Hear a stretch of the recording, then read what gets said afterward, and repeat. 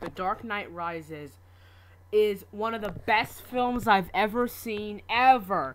I don't know why, but this film was probably more enjoyable than the Avengers. Come on, the story is amazing.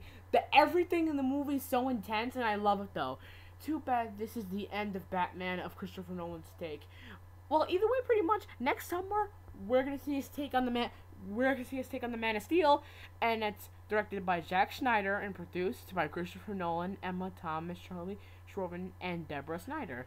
Written by Christopher Nolan and David Goyer, and screenplay by David Goyer. Pretty much the Man of Steel film is gonna be awesome though. Christopher Nolan's take, but Batman, this film is so amazing. Anne Hathaway's Catwoman is amazing though. The story is so interesting though. There are a lot of plot twists toward the end. Anyway, pretty much I was shocked. I was scared. This movie is so intense and so violent that I think Christopher Nolan's take on Batman is probably the best take besides Burns' take in 89 and Batman Returns. Those two films are great too. But Christopher Nolan's take on Batman is so realistic, and pretty much this Batman for everyone's Batman though. But at least Christopher Nolan took a very serious comic book movie. Pretty much this movie is awesome, terrific. Anne Hathaway's Catwoman performance is amazing. Her character is so twisted and so confusing in the film. I was like, wait, like what? I was so confused. Like, huh? Like sometimes she thinks like she's a thief, but she's like first I'm just gonna give you one spoiler. She helps Bruce, then she ditches Bruce. He helps Bruce and ditches Bruce. Pretty much, I'm kind of confused here.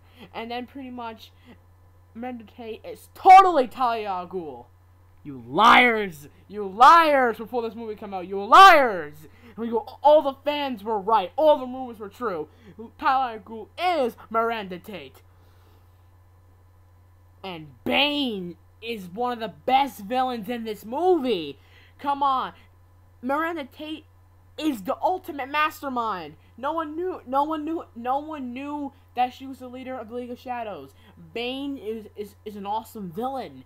He crippled Batman. That was awesome. I can't believe Christopher Nolan and David Goyer and Jonathan Nolan took all the stories from Batman's great Batman mythos and turned them into an awesome film. And they ended the trilogy pretty well. Oh my god. Christopher Nolan's take on Batman is awesome though. Too bad it has to be an end. Anyway, pretty much Bane's performance is awesome. Christian Bale's performance is always awesome. In this movie, I felt every emotion: pain, suffer, loss, and pretty much, and this film brings out everything. And this movie is so tragic and so sad. The ending made me cry. Anyway, pretty much, I can't believe this is the end of Christopher Nolan's take. I think he's probably my favorite director and probably favorite writer. And David Goyer too. But anyway, pretty much, I think this film is probably going to beat the Avengers. Well, it failed to beat, but it is more enjoyable than the Avengers. Avengers was kind of more but not as great as Batman. The one like Goku as Batman. Anyway, pretty much, this film is more entertaining than it is. And I think Batman movie's awesome. In this movie, amazing.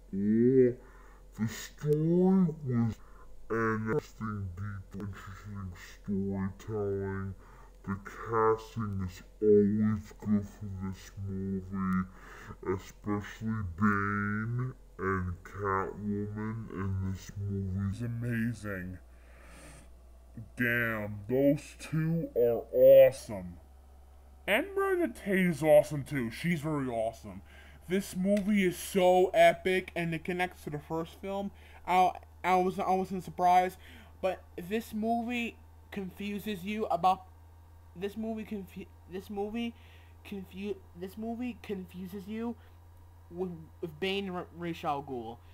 And pretty much Ra's al Ghul's destiny by destroying Gotham in the first film actually happens in this film, but it fails in the end.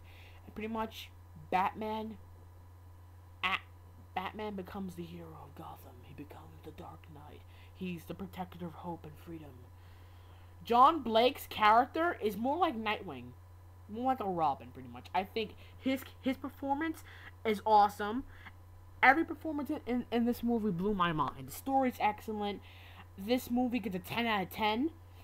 And I can't believe this is the end of Christopher Nolan's take of Batman. But we got until next summer, and we'll see Christopher Nolan's take on acting. But he'll be. Oh my God, Batman's awesome. I can't believe it. It's the end after 9 years. What a shame. Oh well. I guess. I think this trilogy, for Nolan's sake, probably gonna be the only series. I think the Batman will happen in these live on made a serious Batman.